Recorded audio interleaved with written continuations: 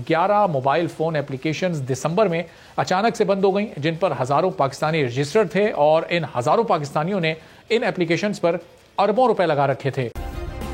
Subscribe کریں اور بیل دبائیں تاکہ کوئی خبر رہ نہ جائے۔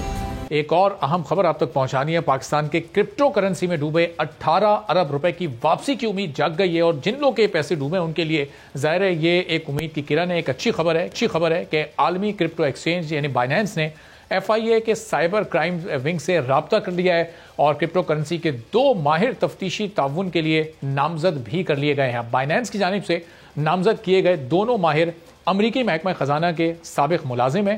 FIA سائبر کرائم کے سربراہ عمران ریاض کا یہ کہنا ہے کہ بائنینس کے امریکی ماہرین مالی جرائم کی تحقیقات اس سے پہلے بھی کرتے رہے ہیں۔ بائنینس کی جانب سے FIA سے پہلا رابطہ فون پر کیا گیا اور پھر بعد میں باقاعدہ طور پر ایک ای میل بھی اس سلسلے میں موصول ہوئی ہے۔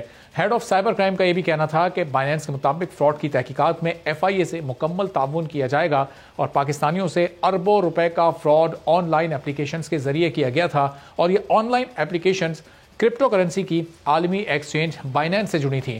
سربراہ FIA سائبر کرائم عمران ریاض کے مطابق 11 موبائل فون اپلیکیشنز دسمبر میں اچانک سے بند ہو گئیں، جن پر ہزاروں پاکستانی رجسٹرڈ تھے اور ان ہزاروں پاکستانیوں نے ان اپلیکیشنز پر اربوں روپے لگا رکھے تھے۔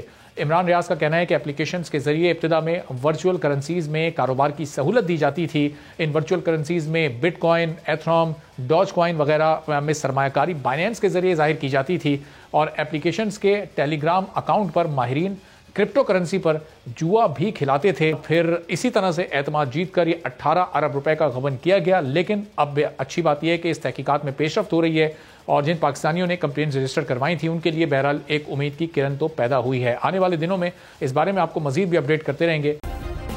سبسکرائب کریں اور بیل دبائیں تاکہ کوئی خبر رہ نہ جائے۔